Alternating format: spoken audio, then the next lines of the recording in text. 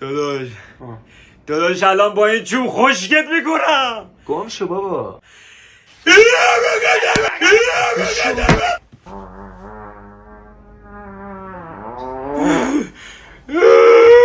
چه خبر اینجا؟ سلام. سلام. علیک سلام. اتاق خیلی کثیفه. تا 1 ساعت دیگه برمیگردم. تمیزش کنید. نکنیم چی؟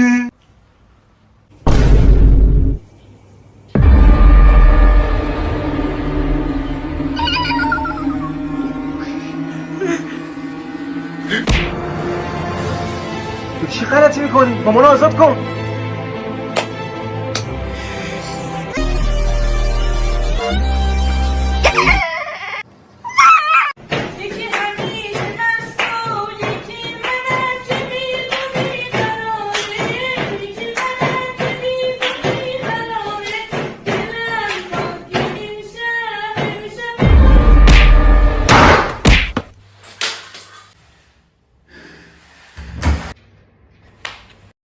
عزیزان همه با هم.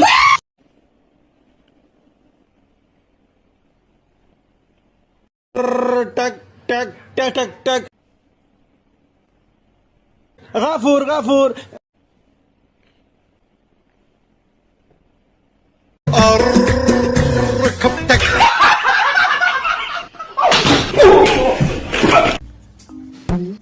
دو تاش واسه منه. نه من بزرگترم. ابعاد من بزرگتره. 2 تاش واسه منه، 1 واسه تو. باشه یکیشونو نصف کن. از اولش همینو گفتم. وایسا.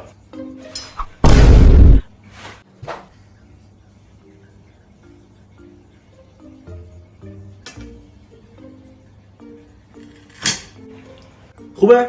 نه یکیشون بزرگتر از اون یکیه. خوب نصفشون نکردی. چی میگی؟ دقیقاً برابر. این یه ذره خورد شده این. تو میخوای کوچیک‌تره رو به من بدی؟ ماما بیا هر کدومو میخوای بردار. کدومو میخوای؟ راستی بزرگتر. باشه بیا این برا تو. دستمالش کردی؟ کجا دستمالش کردم؟ دستم من تمیزه. دیگه اونو نمیخوام، اون کثیفه. باشه گریه نکن. اصلا قسمت خودم مال تو. بیا واقعا؟ بیا.